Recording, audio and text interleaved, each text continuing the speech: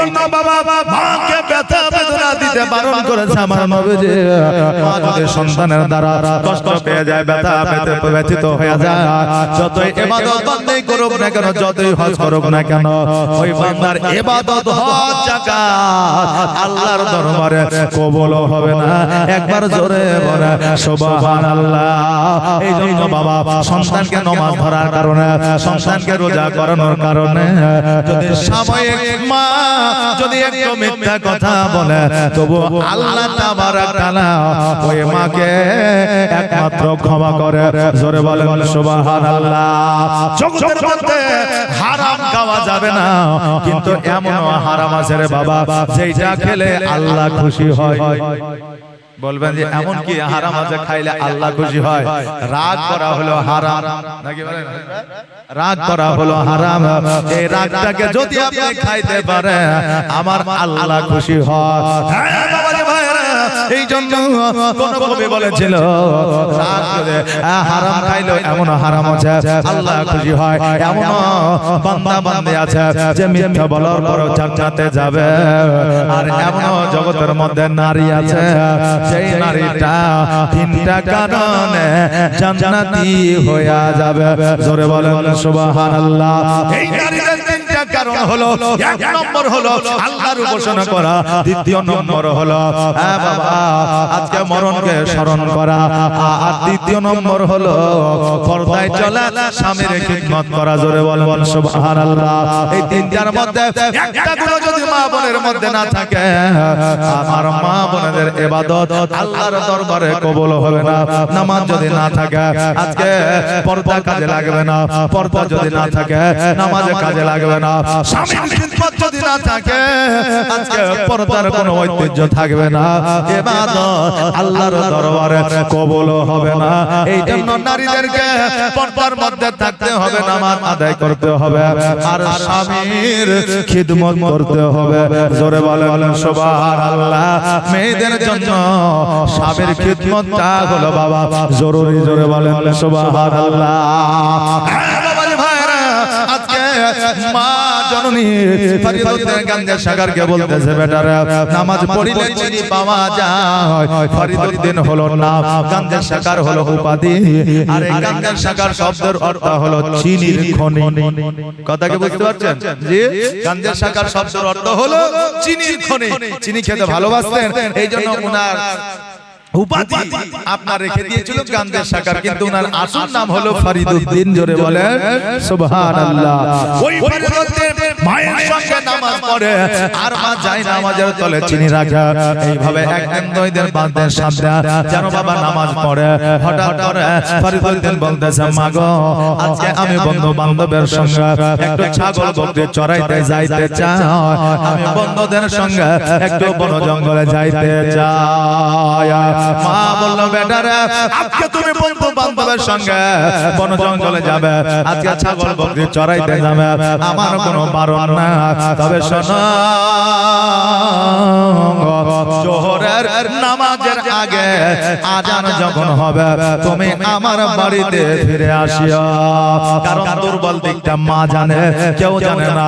আজকে যখন মসজিদে আজান হবে, ফরিদুদ্দিন যদি নামাজ পড়ে চিনি পাবে না, আর চিনি যদি না পায়, আমি মা সন্তানের কাছে মিথ্যাবাদী হয়ে যাব। এই জন্য সন্তানকে বললো, বেটা রে তুমি জোহরের নামাজের আগে তুমি আমার বাড়িতে হাজির হবে। ফরিদুদ্দিন গান্ধী সাগর বলল, ঠিক আছে মা।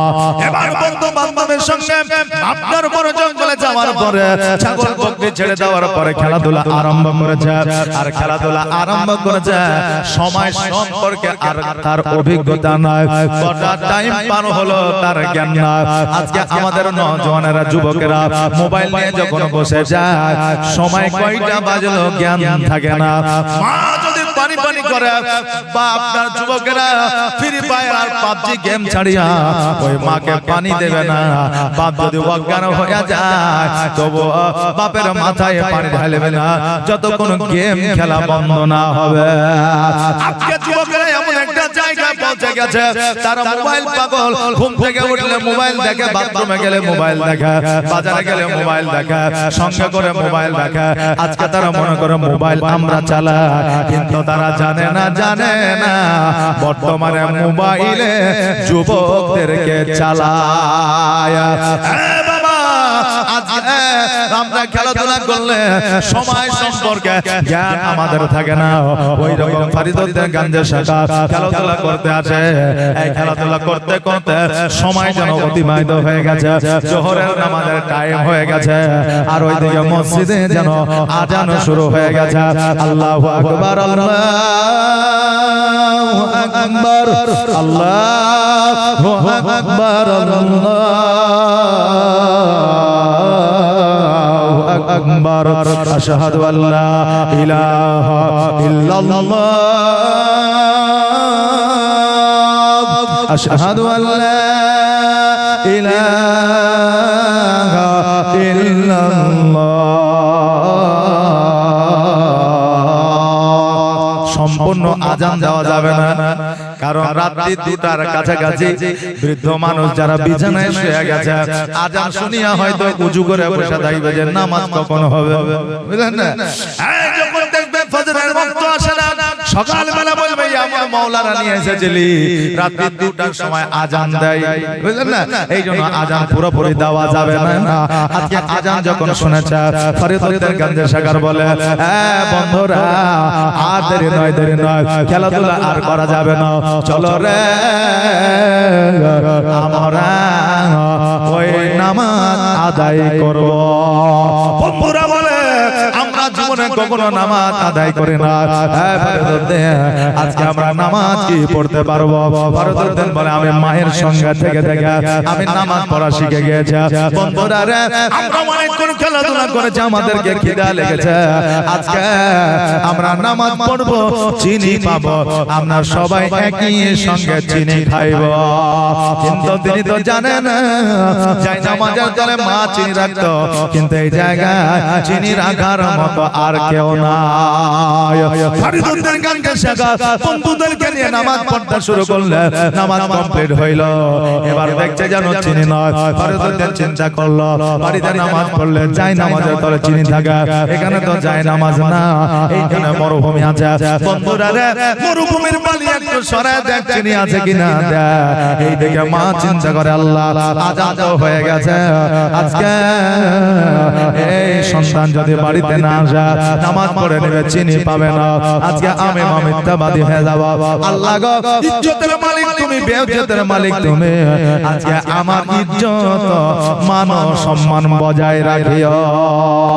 এইদিকে ফরিদুদ্দিন গঞ্জের শাখা বন্ধু বান্ধব লইয়া যখন মরুভূমির বালি সরায়া দেখতে আছে, ওই জায়গায় শুধু চিনি নাই রে বাবা, আমার আল্লাহ তাবারক তাআলা ওই জায়গাটাকে যেন চিনির খনি বানায়া দিয়েছে। জোরে বলেন সুবহানাল্লাহ।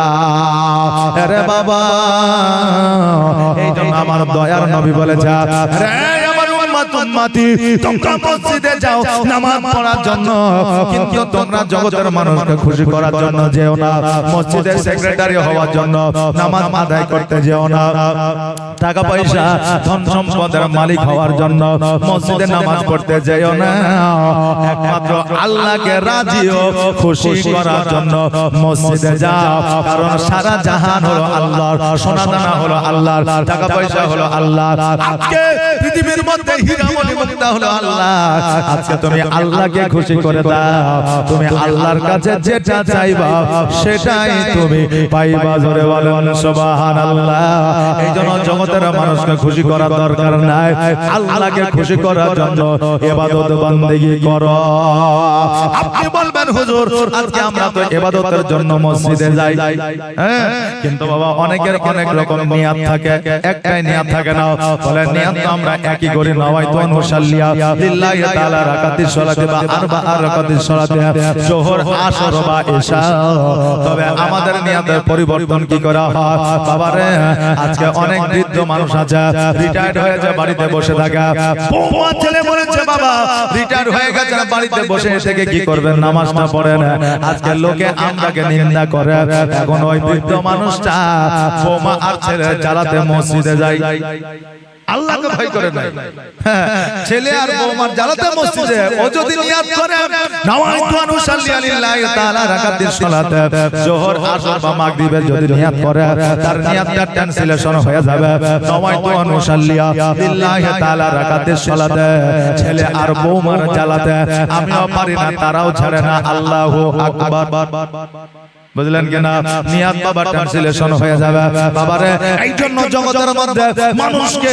খুশি করার জন্য নামাজে যেও না লোক দেখানোর নামাজ পড়িও না সেক্রেটারি হওয়ার জন্য নামাজ পড়িও না ক্যাশিয়ার হওয়ার জন্য নামাজ পড়িও না একমাত্র আল্লাহকে খুশি করার জন্য ইবাদত করো আমার আল্লাহ যদি খুশি হয়ে যায় তুমি যেটা চাইবা সেটাই তুমি পাইবা জোরে বলেন সুবহানাল্লাহ এইদিকে ফরিদুদ্দিন গাঙ্গে সাগর দেখতে যেন আল্লাহ চিনির খনি বানায় দিয়েছে সবাই পেট পূরণ করে চিনি খাইলো আর বন্ধুরা যেন পকেটে ঢুকাইতে আরম্ভ করলো এখন ফরিদুদ্দিন বলে বন্ধুরা রে আজকে চিনি পকেটে ঢুকায় কি করবা কেন না নামাজ যখনই পড়বা তখনই তোমরা চিনি পাইবা কিন্তু ফরিদুদ্দিন গাঙ্গে সাগর জানে না যে ওইটা ছিল দুনিয়াবি চিনি আর এইটা হলো জান্নাতি চিনি ওইটা তখনও বুঝতে পারে না এবার বাবা সন্ধ্যাবেলায় খেলাধুলা করে বাড়ির দিকে যেন অগ্রসর হয়ে যায় মা যেন দরওয়াজার সম্মুখে দাঁড়িয়ে আছে সন্তানকে দেখিয়া বুকের মধ্যে জড়ায় ধরে বলে বেটা রে আজকে তুমি কি নামাজ পড়েছো বলে হ্যাঁ পড়েছি আজকে নামাজ পড়েছো আমার প্রতি কি তোমার কোনো রাগ আছে আমার প্রতি কি কোনো নালিশ আছে সন্তান বলে ফরিদুদ্দিন বলে মা গো রাগ নাই নালিশ না তবে মা একটা কথা তোমাকে বলতে চাই আমি বাড়িতে যখন নামাজ পড়তাম আমি চিনি পাইতাম গো মা এবার মা বলছে এইটা হয়েছে কথা বলেন না সব কথা পুনরায় শোনার আগে আমরা কিছু অনুভব করে মা মনে করছে এবার বেটা বলবে আপনার ফরিদুদ্দিন বলছে মা গো আজকে জগতের মধ্যে বাড়িতে নামাজ পড়ার পরে আমি চিনি পাইতাম মা ওই চিনিটা খাইলে আমার পেট পূরণ হইতো না মা আজকে মরুভূমিতে বন জঙ্গলে নামাজ পড়েছে মা গো নামাজ পড়ার পরে এত চিনি পেয়েছে পেট পূরণ করে খেয়েছে তবে মা গো বাড়িতে যে চিনিটা পাইতাম ওই চিনির স্বাদ ছিল আলাদা আর আমি জঙ্গলে মরুভূমিতে যে চিনি পেয়েছি ওই চিনির স্বাদ ছিল আলাদা মা বলে বেটা রে আল্লাহ আমার ইজ্জত মান ও সম্মান রক্ষা করেছে শোনো আজকে তোমাকে নামাজ ধরানোর কারণে আমি তোমাকে বলেছিলাম নামাজ পড়লে চিনি পাওয়া যায় কিন্তু চিনি পাওয়া যায় না আজকে চিনির জন্য তুমি নামাজ পড়তে শুরু করেছো আজকে আমি তোমাকে মিথ্যা বলে নামাজ ধরিয়েছি যার কারণে আজকে মরুভূমিতে যে চিনিটা তুমি পেয়েছো ওটা জান্নাতি চিনি তুমি খেয়েছো জোরে বলেন সুবহানাল্লাহ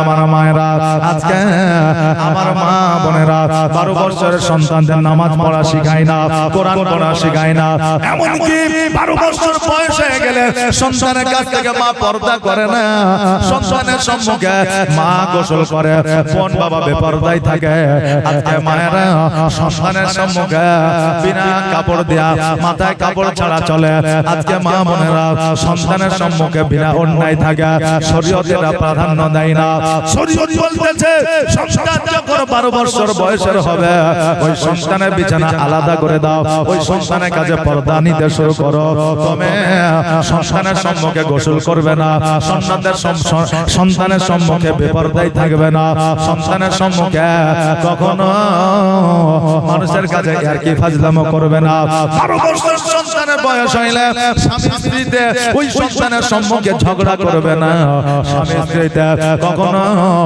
তর্কাতর্কি করবে না, কারণ তোমার কাছ থেকে ওই সন্তানটা শিখবে। ও একদিন কন্যা হইলে স্বামীর সঙ্গে তর্ক করবে, পুরুষ হইলে বিবির সঙ্গে ঝগড়া করবে। জোরে বলেন নাউজুবিল্লাহ।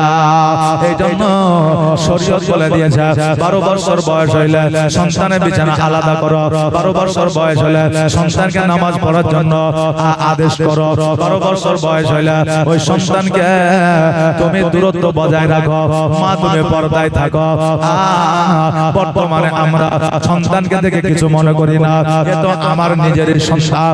আজকে বাবা আমরা যত আপডেট হয়েছি তত আমাদের গুনার হার বাড়িয়ে দিয়েছি। আজকে আমরা আপডেট করে বাড়ি ঘর করেছি, বাথরুম করেছি, গোসলখানা করেছি। আজকে বাবারে ওই গোসলখানাতে আমরা 90% মানুষ এখন বর্তমানে অলঙ্গ অবস্থায় গোসল করে। আজকে শরীয়ত বলতে আছে কোন বান্দা কোন বান্দে অলঙ্গ অবস্থায় গোসলখানায় গোসল করতে পারবে না, পোশাক সাথে তার শরীরে থাকে। আপনি বলবেন হুজুর গোসলখানায় তো কেউ থাকে না, চারিদিক লাগানো অন্ধকার, পাল চালিয়ে গোসল করি বা অন্ধকারে গোসল করি। আজকে আপনাকে বলে দিয়ে যায় জগতের মধ্যে শুধু মানুষ না, জিনও বসবাস করে, শয়তানও বসবাস করে। আজকে শয়তান আপনাকে দেখতে পায়, আপনার জিন আপনাকে দেখতে পায়। আজকে আল্লাহ তাবারক তাআলা মানুষকে সবচাইতে বেশি সুন্দর করে তৈরি করেছে।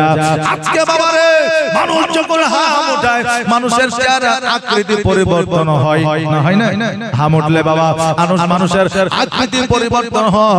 এই জন্য মুখে হাত দিয়া বা আপনার রুমাল দিয়া হাম তুলতে বলেছে। আজকে যখন আপনি হাম তুলবেন শয়তান ডাক দেয়, শয়তানকে বলে দেখ রে দেখ, মানুষকে নাকি আল্লাহ সুন্দর করে বানিয়েছে, এদের মুখের আকৃতি দেখ। আজকে আমরা এইচডি কোয়ালিটির ছবি শুধু আমরাই তুলি না, আজকে আমরা শত শত মেগাহার্টজের ক্যামেরা দিয়ে আমরাই শুধু ছবি তুলি না, আজকে শয়তানও ছবি তোলে, জিনেরাও ছবি তোলে। আজকে শুধুমাত্র মানুষ আপডেট নয়, বর্তমানে জিনেরাও কিন্তু আপডেট হয়েছে না, হয় নাই? আগে কুলের গাছের তলায়, বরের গাছের তলায়, খেজুর গাছের তলায়, আমের গাছের তলায়, বট গাছের তলায় গিয়ে বসা যাইতো না। জিনেরা দাঁত বড় করে আপনার সামনে আসতো, ভয় দেখাতো, ছাগল বকরি সাজিয়া আসতো, বলে ভুলিয়ে লিয়া যাচ্ছে, ওটাও কিন্তু জিন থাকতো। হয়তো না আগে যে হয়তো তখন তারা জানতো মানুষ ভয় করবে, এই জন্য ভয় দেখাইতো। এখন মানুষ আপডেট হয়েছে, জিনেরা জানে এরা এখন ভয় করবে না, তাই ভয় দেখাতে পারে না। এখন শুধু আপনি আপডেট নয়, আপনি শুধুমাত্র চালাক নয়, বর্তমানে জিনেরাও বাবা চালাক হয়েছে। এই জন্য আপনি যখন উলঙ্গ অবস্থায় গোসল করবে তখন আপনাকে ওই জিনেরা দেখবে, আপনার ফটো তুলে রাখবে, একজন জিন অপরজন জিনকে দেখাইবে, বলে দেখ রে দেখ, এই নারীটাকে আল্লাহ নাকি সুন্দর বানিয়েছে, তাকে অলঙ্গ অবস্থায় দেখতে কেমন লাগে। তারা বলবে দেখ এই পুরুষটাকে আল্লাহ বানিয়েছে, আল্লাহ নাকি সুন্দর করে বানিয়েছে, আজকে দেখ এই পুরুষটাকে উলঙ্গ অবস্থায় কেমন লাগে। বাচ্চারা শরীয়ত উলঙ্গ অবস্থায় গোসল করার প্রাধান্য দেয় না। মা বোনেদের বলবো, বাচ্চাদের বলবো, গোসলখানা যতই পার্সোনাল হোক না কেন, আপনার শরীরে একটা পোশাক থাকবে, তবে আপনি গোসল করবেন, আপনি নেকিও পাইবেন। গোসল করিলে আপনার শরীরটাও পবিত্র হইবে। জোরে বলেন ইনশাআল্লাহ। এই জন্য বাবা আমি আপনাদেরকে বলতে চাইছিলাম যে আমরা যেমন আপডেট হয়েছি, আমাদের গুনার হার বাড়িয়ে দিয়েছে আল্লাহ তাবারক তাআলা। আল কোরআনুল মাজিদের মধ্যে বলেছে খুলিকাল ইনসানু যায়ীফা, আল্লাহ বলে বান্দারে আমি তোমাদেরকে অতি দুর্বল করে পৃথিবীর মধ্যে পাঠিয়েছি, একটা সময়সীমা আমি লিপিবদ্ধ করে দিয়ে পাঠিয়েছি, যেই তোমাদের সময়সীমা সমাপ্ত হয়ে যাবে আমি আল্লাহ তোমার মওত ঘটাবো। একবার জোরে বলেন সুবহানাল্লাহ। যেন বলছে জীবনের অন্তে কালে আজরাইল আসিয়া সোনার জীবন যাবে রে লইয়া,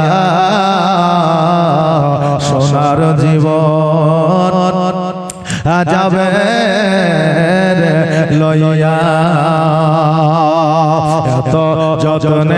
যারে তুমি ঘরেতে রাখিলে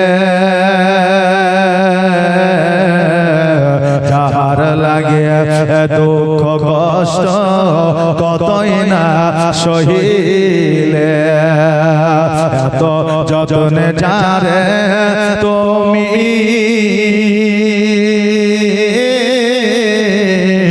ঘরেতে রাখিলে যাহার লাগিয়া দুঃখ কষ্ট কতই না সহিলে আর আজ তোমার ফাঁকি দিয়া আজ তোমার ফাঁকি দিয়া গেল রে উড়িয়া সোনার জীবন যাবে রে লইয়া এত যতনে যারে তুমি ঘরেতে রাখিলে আর যাহার লাগে দুঃখ কষ্ট কতই না সহিলে আর কবর তোমার মাটির ঘর মাটির বিছানে চতুর্দিকে মাটি তোমার বাঁশের ছাউনি আর কেমন করে রইবি রে ভাই আর কেমন করে রইবি রে ভাই ওই অন্ধকার কবরে সোনার জীবন যাবে রে লইয়া জীবনের অন্তে কালে আজরাইল আসিয়া সোনার জীবন যাবে রে লইয়া আল্লাহুম্মা সাল্লাল্লাহু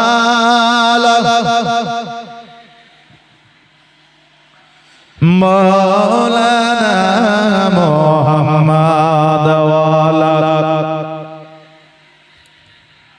মৌলানা মুহাম্মদ সাল্লাল্লাহু তাআলা আলাইহি ওয়াসাল্লাম বাবা দিয়ে ওই পরবর্তীর গঙ্গা সাগর আল্লাহ তাবারক তাআলা এত নৈকট্য লাভ করেছিলেন এত ইবাদত বন্দেগি করেছিলেন একটা সময় এসেছিল রে বাবা ওনাকে আমার আল্লাহ তাবারক তাআলা আল্লাহর ওলি বানিয়ে দিয়েছিলেন জোরে বলেন সুবহানাল্লাহ বেরাদা আজকে আমরা অনেকে মনে করে আল্লাহর ওলিদের ক্ষমতা নাই পাওয়ার নাই আল্লাহর ওলিরা কবরে হয়তো মারা গিয়েছে বা তারা পচে গিয়েছে মাটির সঙ্গে মিশে গিয়েছে আল্লাহর ওলিরা কখনো মরে না আমার নবীজিকে যারা মুর্দা বলে তারা কখনোই মুমিন হতে পারে না কারণ আমার নবীজি আজকে থেকে 1446 হিজরি আগেও জিন্দা ছিল এখনো সোনার মদিনায় জিন্দা আছে কিয়ামত পর্যন্ত আমার নবী জিন্দা থাকবে জোরে বলেন সুবহানাল্লাহ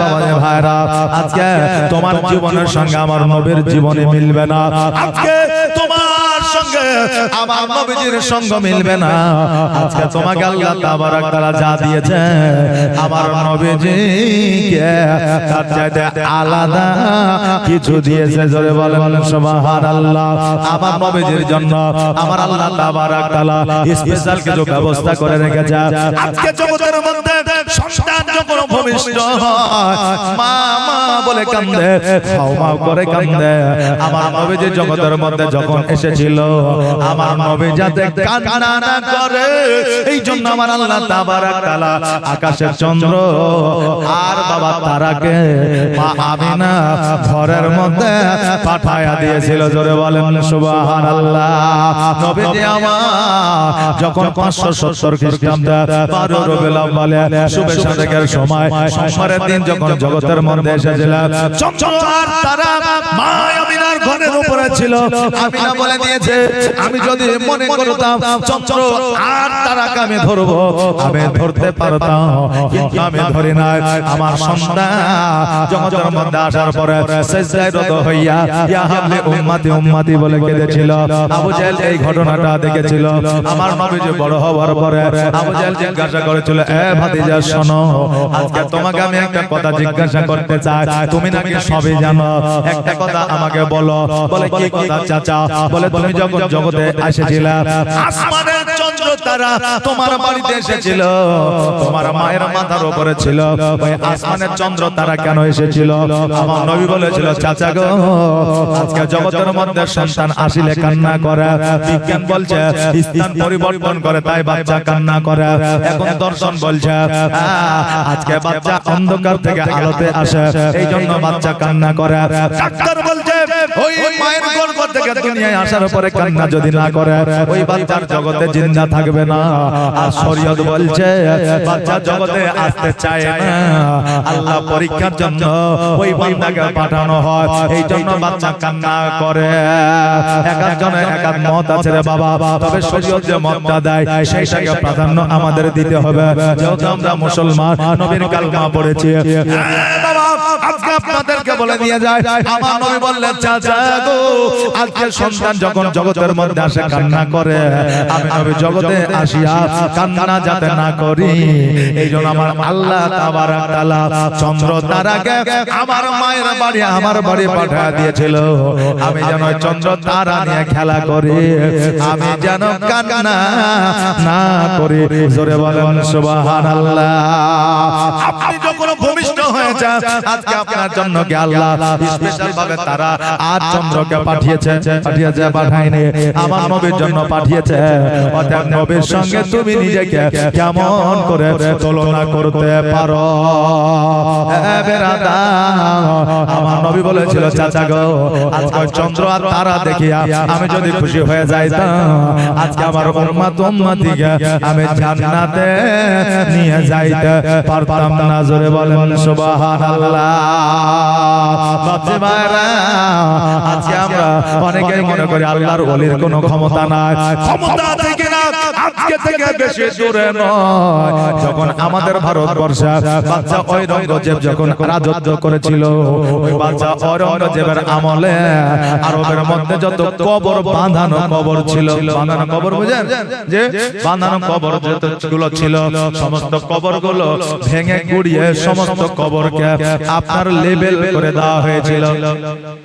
হ্যাঁ, বাদশা ঔরঙ্গজেবের আমলে যত কবর বানানো ছিল আপনার পাথর দিয়ে, সিমেন্ট দিয়ে, ইট দিয়ে উঁচু করা ছিল, সব লেভেল করে দিয়েছিল। এখন আবার চিহ্নিত জায়গা জায়গা চিহ্নিত করে ফাতেমার, হযরতে ফাতেমাতুজ জোহরা রাদিয়াল্লাহু তাআলা আনহার কবর, তারপরে খাদিজাতুল কুবরার কবর, তারপরে আপনার সাহাবীদের কবর, আবু বকর, হযরত ওমর, হযরত আলী, যতগুলো ছিল এখন পুনরায় আবার উঁচু করে সেই জায়গায় নোটিশ দিয়ে দিয়েছে, নাম লিখে দিয়েছে আরবিতে, এটা অমুকের কবর, এটা অমুকের কবর, এটা অমুকের কবর। যারা হজে গিয়েছে তারা বাবা বুঝতে পারবে, আর যদিও বুঝতে না পারবে আগেকার হাজি, এখনকার হাজিরা তো আরো বেশি বুঝতে পারবে। কেন বলেন? তার কারণ তাদের কাছে এখন মোবাইল আছে, বড় বড় মোবাইল। যখন যাচ্ছে হজে বেটা বলছে আব্বা বড় মোবাইলটা নিয়ে যাও যাতে ভিডিও কল করা হয়, বুঝলেন?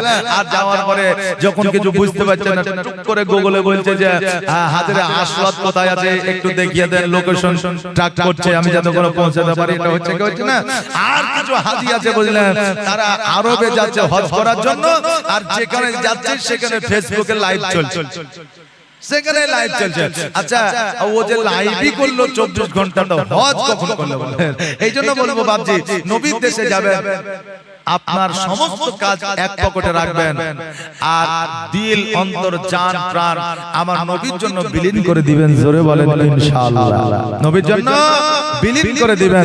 বেরাদার, আমি যেটা বলতেছিলাম যে সেই আমলে আরবের যত কবর ছিল সবকে ভেঙে গুড়িয়ে লেবেল করে দেওয়া হয়েছিল। তো বাদশা ঔরঙ্গজেব বলেছিল যে আরবে যদি কবরকে সমান করে দেওয়া হয়, তা আমাদের ভারতে কেন মাজার রাখবো?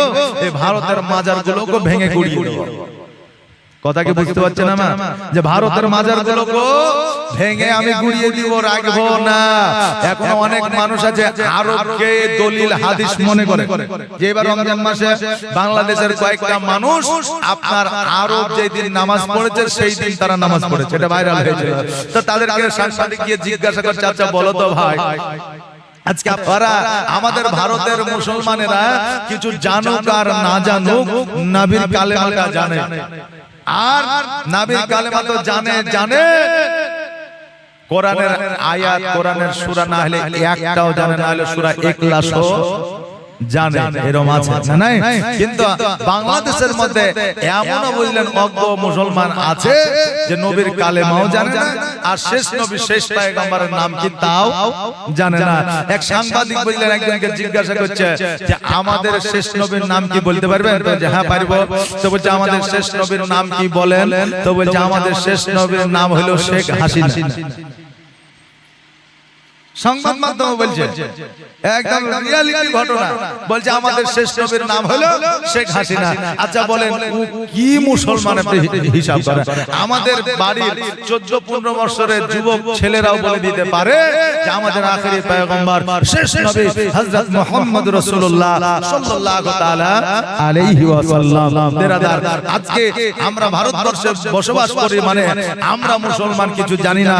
আজকে আমরা অন্যান্য ধর্ম প্রথমতে চলি, এটা নয়। যেগুলো মুসলিম কান্ট্রি আছে সেই দেশে মুসলিম হইয়া মুসলিমের প্রতি যেভাবে অত্যাচার জুলুম হয়, আমরা ভারতবর্ষে বসবাস করিয়া অতটা জুলুমের শিকার হই না।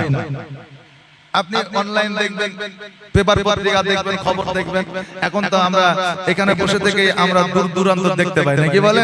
জি সুবহানাল্লাহ। আজকে অনেক কিছুই বর্তমানে চলছে। শুধু মুসলিম কান্ট্রি মানে মুসলমানরা সুখে আছে তা নয়, ওই মুসলমান দেশেও ইহুদি, নাসারা, কাফের, বেদিন ঢুকে আছে মুসলমান নাম নিয়ে, কথা বলেন না? আর তারা মুমিনদের উপরে জুলুম করছে। এখনো আরবের মধ্যে সবাই ধনী নয়, সবাই ধনী নয়। এখনো আরবের লোক ছাগল বকরি চড়ায়।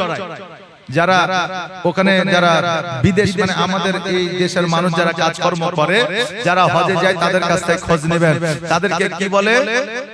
হ্যাঁ, আপনার পরদেশী বলে, বা হয়তো তাদেরকে বিদেশি বলে। তো বুঝলেন, এখনো আরবের অনেক মানুষ আছে যারা ওই আরবের ছাগল বকরি দুম্বা চড়িয়ে খায়। তো তারা ছাগল বকরি দুম্বা চড়িয়ে খায় কেন? তাদের যে রোজগার আয়, হ্যাঁ, তাদের যে মানে টাকা পয়সা, তো মানুষের বাড়িতে বাড়িতে যদি বিলি বন্টন করে, তো একটা মানুষ গরিব থাকবে না, আরবের গরিবও নাই। একমাত্র তারাই গরিব আছে ছাগল বকরি চড়ায় আরবের মানুষ এখনো খায়, তারা যারা নবীজিকে মহব্বত করে, জোরে বলে সুবহানাল্লাহ, যারা এখনো পর্যন্ত আল্লাহর ওলি আউলিয়াকে মানে, যারা এখনো পর্যন্ত নবীজির সাহাবীদেরকে মানে, যারা এখনো পর্যন্ত ইমামে আবু হানিফাকে মানে, যারা এখনো পর্যন্ত হযরতে আপনার আমিরে মুআবিয়াকে সাহাবী বলে মানে, তাদের কপালে ওই ছাগল বকরি চড়ানোটাই আছে। আরবের ইহুদি সরকার বলতে আছে, আরবের মানুষেরা তোমরা শোনো, আজকে তোমরা নবীজিকে মুর্দা মনে করো, আজকে সাহাবীদের মাজার তোমরা মানিও না, আজকে আমিরে মুআবিয়াকে সাহাবী মনে করিও না, বলি আউলিয়াকে তুমি মানিও না, নবীর প্রতি সালাম কাম করিও না, নবীর প্রতি দরুদ পড়িও না, তোমাকে সুন্দর বাড়ি দেব, এসি লাগায়া দেব, আর তোমরা চড়াতে হবে না, তোমাদের বাড়িতে রাখাল লাগায়া দেব, তোমাদের বাড়িতে গোলাম দিয়ে দিব, তোমরা আরামে আয়েশ করে বসবাস করবে, তোমরা শুধুমাত্র নবীর মুহাব্বত ছেড়ে দাও, সালাতু সালাম ছেড়ে দাও, দরুদ ছেড়ে দাও, ওলি আউলিয়া ছেড়ে দাও। এরাই একমাত্র বলেছিল, শোনো গো, আজকে আমাদের টাকা দিয়ে যদি ঢাকিয়া দাও, সুন্দর বাড়ি গাড়ি যদিও দাও, আমাদের সুন্দর বাড়ি গাড়ি সালামের দরকার না, আমাদের নবীর মুহাব্বতের দরকার আছে, জোরে বলেন সুবহানাল্লাহ। যারা এখনো পর্যন্ত দুম্বা চড়ায়, বকরি চড়ায়, তারা হলো নবীর প্রেমিক, জোরে বলেন সুবহানাল্লাহ। ওরা এখনো পর্যন্ত ইহুদির গোলাম হয় না, আর এখনো পর্যন্ত ইহুদির গোলাম হয় নাই। এইজন্য বাবাজি ভাইরা, ইহুদিরা আজকে আরবের মধ্যে শাসন চালাইতে আছে, এটা আমরা বুঝতে পারছি, জানতে পারছি।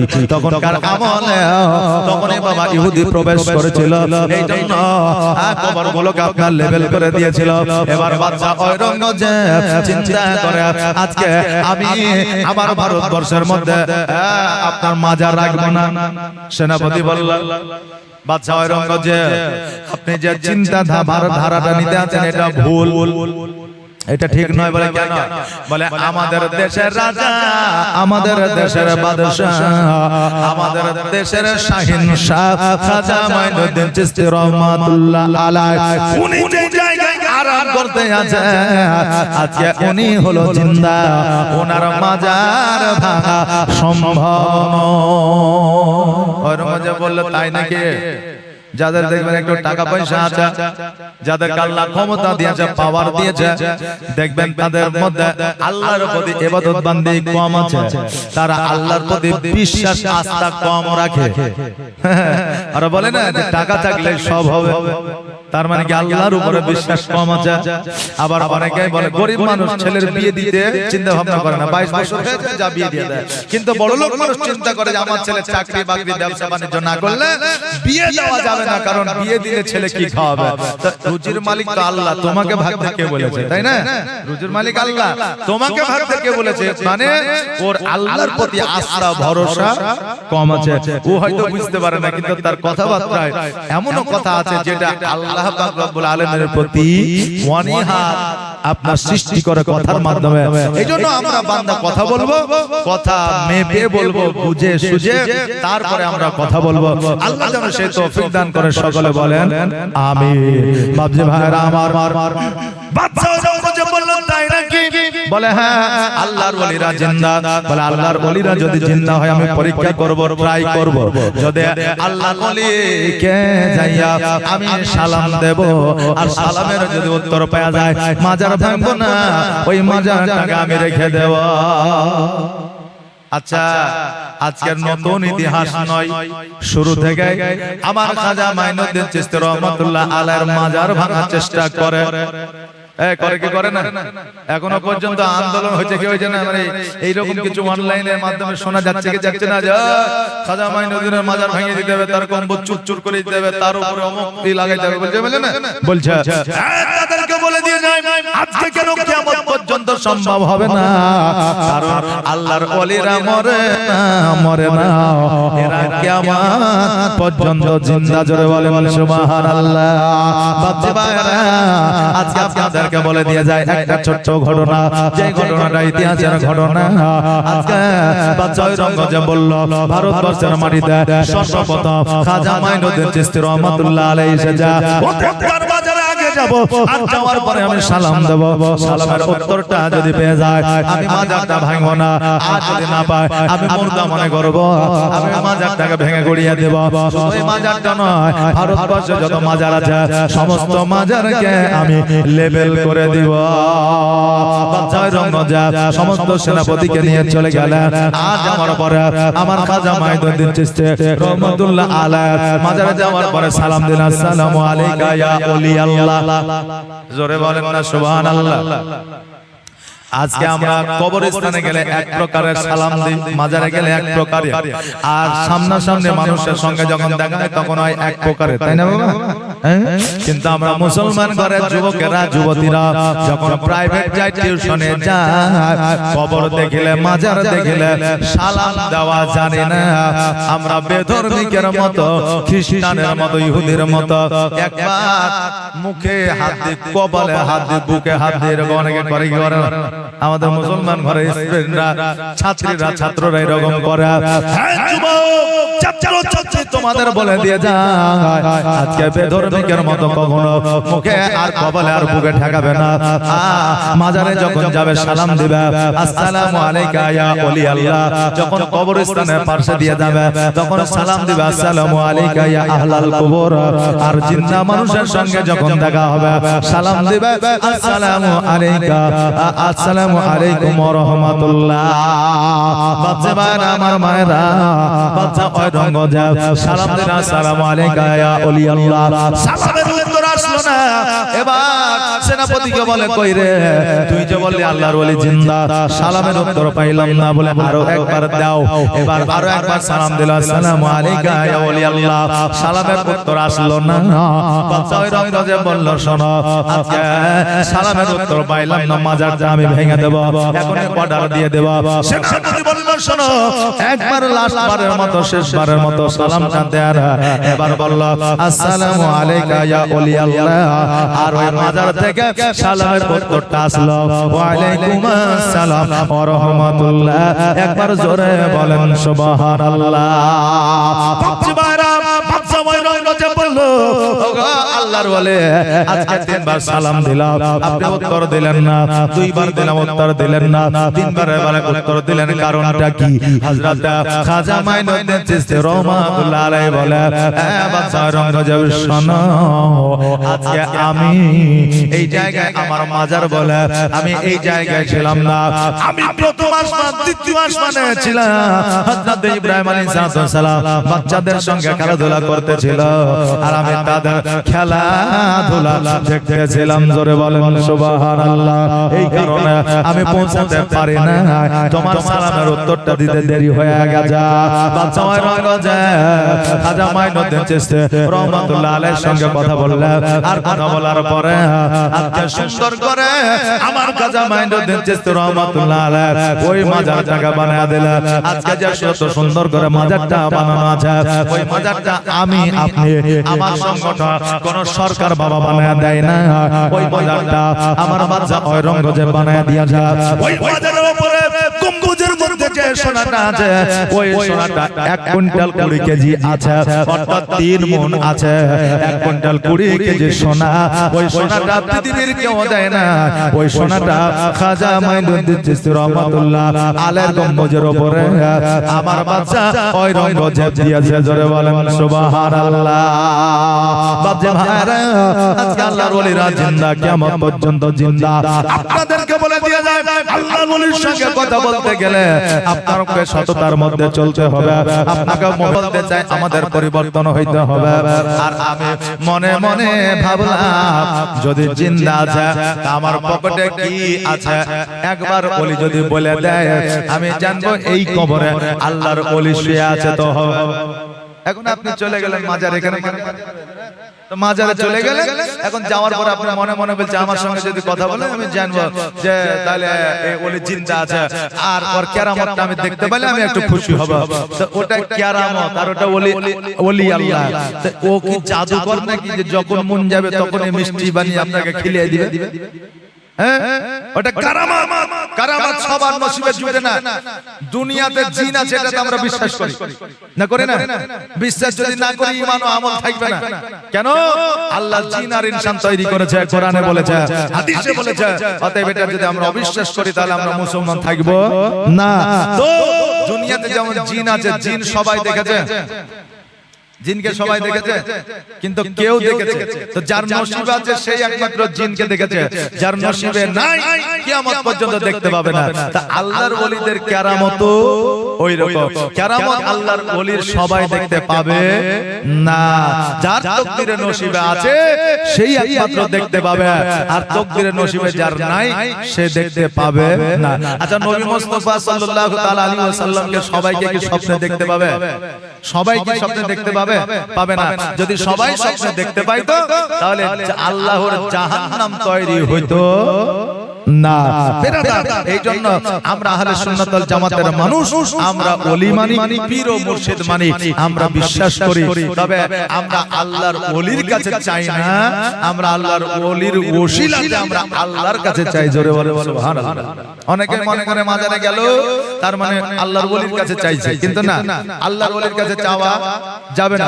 হয়তো আল্লাহর ওলির কাছে যাব ওনার ওসিলাতে হয়তো আমার কাজ হবে নাকি বলেন? আজকে আমাদের এই শায়ারের জন্য বিয়ের সার্টিফিকেটের প্রয়োজন হচ্ছে না, হচ্ছে না? তো বিয়ের সার্টিফিকেটের প্রয়োজন হচ্ছে তখন আমার মা বোনেরা বা বাপজিরা ইমামের কাছে আসে। মৌলানার কাছে যাচ্ছে যে হুজুর একটা বিয়ের সার্টিফিকেট নিয়ে দেন, ও কিন্তু কোনো এমএলএ মন্ত্রী মেম্বারের কাছে যাচ্ছে না। কেন? যে বিয়ের সার্টিফিকেটের যদি ব্যবস্থা করে দিতে পারে তো ইমাম পারবে, আলেম পারবে, এরা পারবে না। এখন বাড়ি নিতে গেলে এদের কাছে যেতে হবে, তিরপল নিতে গেলে এদের কাছে যেতে হবে, চাল নিতে গেলে এদের কাছে যেতে হবে। তখন কিন্তু মৌলবীর কাছে আর আসবে না। কথা কি বুঝতে পারছেন আমার? জি, মৌলবীর কাছে আসবে না। তো আপনি জানেন যে ইমামের ওসিলাতে আমার বিয়ের সার্টিফিকেট আসবে, মেম্বারের ওসিলাতে আমার বাড়িতে একটা তিরপল আসবে, এমএলএ এর ওসিলাতে আমি একটা ঘরে টাকা পাবো। এই যে ওসিলার মাধ্যম দিয়ে আমরা যে পাই, তো ওই রকম আল্লাহর ওলি হলো একটা ওসিলা।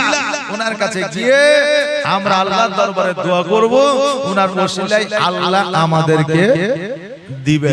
আজকে দুনিয়াতে জগতের মধ্যে পীর আছে যারা হয়তো অনেকে মুরিদ হয়, অনেকে পীর মুর্শিদ মানে তারা যে পীর ও মুর্শিদের কাছে যায়, তো তারা কি তাদের কাছ থেকে জান্নাত কিনে নিতে যায়? পীর ও মুর্শিদ কি জান্নাত বিক্রি করতে পারবে? তারা জান্নাতে কি ঠেলা ভরে দিতে পারবে? পারবে না। তাহলে তাদের কাছে কেন যায়?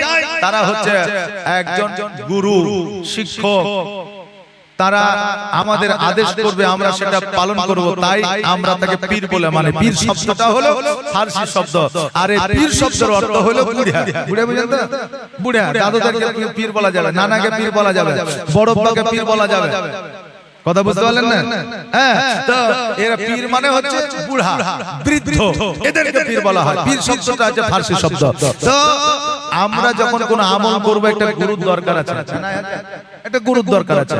আমি যখন কি বলে, যখন একটা পরীক্ষায় বসবো, এসএসসি পরীক্ষায়, তখন আমার একটা টিউশনি নেওয়ার দরকার আছে। কখন কি প্রশ্ন আসবে, কিভাবে আনসার দিব, কিভাবে নাম লিখবো, এটা জানার জন্য।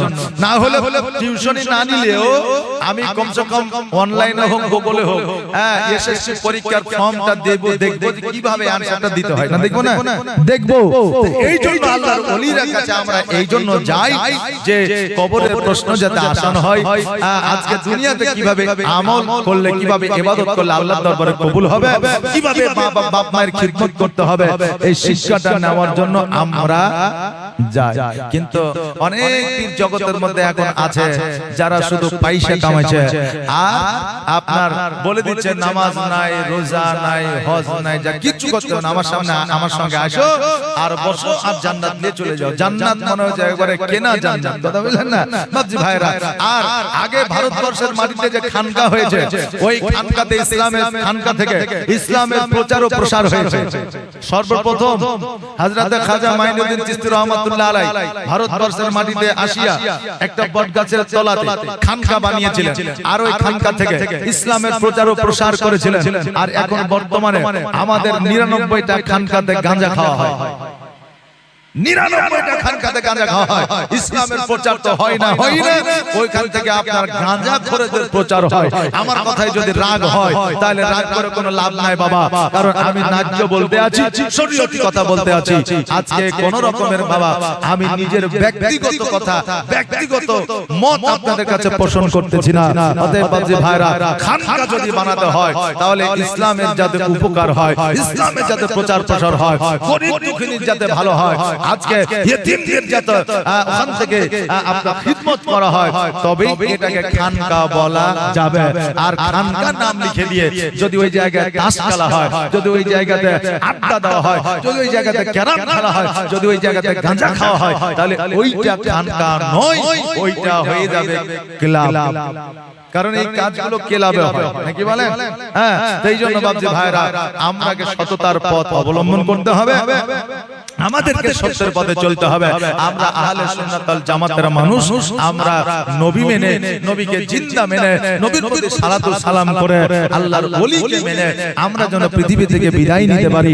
আল্লাহ তাবারাক তাআলা যেন সেই তৌফিক দান করেন। সকলে বলেন আমিন সুম্মা আমিন। ও বাতাস আমায় তুমি নিয়ে যাও না, যেথায় শুয়ে আছে নূরে মদিনা, যে ফুলের খুশবুতে মন টিকে না, ও বাতাস আমায় তুমি নিয়ে যাও না, যেথায় শুয়ে আছে নূরে মদিনা আমারি প্রাণে সে সুর বাজে রাসূল শুয়ে আছে যেই মাটিতে আমাকে সেথায় তুমি নিয়ে যাও না ও বাতাস আমায় তুমি নিয়ে যাও না যেথায় শুয়ে আছে নূরে মদিনা আল্লাহর নবী গো নূরে নবী গো কোন সাধনে পাইব আপনার মন জোরে বলেন সুবহানাল্লাহ আর পাইলে আপনার দর্শন ধন্য হইবে আমার জীবন চাই না নবী আমার সাত রাজারে ধন আল্লাহর নবী গো নূরের নবী গো কোন সাধনে পাইব আপনার মন আর পিতা আপনার আবদুল্লাহ মাতা আপনার আমিনা দুধমা আপনার দাইমা হালিমা জোরে বলেন সুবহানাল্লাহ পিতা আপনার আবদুল্লাহ মাতা আপনার আমিনা আর দুধমা আপনার দাইমা হালিমা আর কুরাইশ বংশে জন্ম আপনার রাত্রিতে হইলেন সওয়ার মেরাজে নবী হইলেন রওয়ানা আল্লাহর নবী গো নূরের নবী গো কোন সাধনে পাইব আপনার মন আর পাইলে আপনার দর্শন ধন্য হইবে আমার জীবন চাই না নবী আমি সাত রাজারে ধন আল্লাহর নবী গো নূরের নবী গো কোন সাধনে পাইব আপনার মন বাবজি ভাইরা আজকে আমরা যখনই ওয়াজ মাহফিলে বসবো যখন শুনবো আমরা একটু মন দিয়ে শোনার চেষ্টা করব আর মন দিয়ে কতইবার শুনবো এখন শেষ রাত্রি চলছে আরে শেষ রাত্রিতে বললেন আমাদের মন মানসিকতাও শেষের দিকেই থাকে ভালো কথা বললেও ভালো লাগে না কথা বললেন না আপনি মধুর কণ্ঠে ডাক দিয়েছেন আচ্ছা বিবি যদি সুন্দর করে কথা বলে তো এমন কোন স্বামী আছে যাকে ভালো লাগে না যে লাগে কি লাগে না কারণ বিবিকে আল্লাহ স্বামীর জন্য নিয়ামত করে পাঠিয়েছে জোরে বলেন সুবহানাল্লাহ আজকে ওই বিবি আপনার খিদমত করে সেবা করবে আনন্দ দিবে আপনার বিবি আপনাকে খুশি রাখবে আজকে আপনার সন্তানকে আপনার বিবি লালন পালন করে বড় করবে আজকে ওই বিবির কথা শুনে স্বামীরা খুশি হয় আজকে স্বামীরা যদি রাগ করে বিবিরা যদি আদর করে যত্ন করে কথা বলে হ্যাঁ তো স্বামীরা খুশি হয়ে যায় আর বিবিরা যদি রাগ করে তো স্বামীরা যতক্ষণ পর্যন্ত আলতা ফিতা সাবান জামা কাপড় তারপরে লিপস্টিক মাস্কারা নালি এসে দেয় ততক্ষণ পর্যন্ত এদেরকে খুশি করা যায় না কিছু একটা উপহার দিতেই হয় বেরাদার আমি বলতে চাই যে এটা আমার কথা না রাসূলুল্লাহর কথা যে বিবিদের কথা শুনলে পুরুষদের অর্থাৎ স্বামীদের মনটা নরম হয়ে যায় কিন্তু এমনও জায়গা আছে যে জায়গায় স্বামীরা আরো বিরক্ত হয়ে যায় কখন হয়তো মাঠে থেকে আলু লাগিয়ে আলু পর্যন্ত আলু লাগিয়ে কোদল ঘাড়ে করে বাড়ি এসেছে এখন আসার পরে এখন বিবি বলছে বিবিরে এক গ্লাস পানি দে তো খাবো এখন বিবি স্বামীকে চোখ মেরে বলছে কেমন লাগলো আচ্ছা বলেন ওই স্বামী রাইগে জি তা আদর করা যত্ন করা এর কি করার একটা সময় আছে এইজন্য বাবা ভাইরা আজকে এমন একটা সময় আমাদের আল্লাহ তাবারক তাআলা দিয়েছে রাত্রিটা আরামের জন্য দিনটা কর্মের জন্য আর রাত্রি দিনের মধ্যে 5টা সময় দিয়েছে আল্লাহর ইবাদত বান্দেগি করার জন্য। ইবাদত যতটা জরুরি, মানে ধর্ম যতটা জরুরি, কর্ম ততটা জরুরি। কর্ম করলে ধর্ম করতে হবে, ধর্ম করলে কর্ম করতে হবে। শুধু ধর্মই করবেন, কর্ম করবে না, ওই ধর্ম আল্লাহর দরবারে মনোনীত হবে না। আর কর্মই করবেন, ধর্ম করবেন না, ওই কর্মে আল্লাহর বরকত থাকবে না। জোরে বলেন সুবহানাল্লাহ। বাপজি ভাইরা, আমার মায়েরা, এইজন্য যেটা শুনবেন একটু মন দিয়ে শুনবেন। মৌলভী সাহেব ওয়াজ করেছে, পরের বেটি বৌমা হয়ে তোমার বাড়িতে এসেছে, যেটা খাবার দিয়া খায়। এখন 80 বছরের একজন বুড়া ছিল, ও সকালবেলা বাড়িতে গেছে, এক বান্ডেল বিড়ি কিনেছে, আর বিড়ি কিনে বৌমাকে অর্ধেক দিচ্ছে, ও অর্ধেক নিচ্ছে। এখন বৌমা বলছে, আব্বা আপনার কি মাথা খারাপ হইলো? তো বলছে, আমার মাথা খারাপ হয়নি, ওই মুর্শিদাবাদের মৌলভী এসেছিল, ওর মাথা খারাপ হয়েছে, বলেছে যেটা খাবার দিয়া খাবা, নাইলে গুনাহগার হয়ে যাবা। এই জন্য আজকে থেকে বিড়ি আমিও খাবো, তুইও খাবি, আমি শেষ বয়সে গুনাহ করতে রাজি নাই। আচ্ছা বলেন, ওকে কি বিড়ি দেওয়ার জন্য বলেছে? যে যেগুলা তুমি বৌমাকে লুকিয়ে মানে চুরি চুরি করে খাবারটা খাও, ওটা চুরি করে খেও না, বৌমাকে দিয়া খাও। যেই বৌমা তোমার সন্তানকে আপন করে নিয়েছে, তোমাকে আব্বা মা বলেছে, তোমার কন্যাকে সে বোন মেনে নিয়েছে, নিজের বাপ মাকে ছেড়ে এসেছে, তাকে ফাঁকি দিয়ে তার হক মেরে তোমরা খেও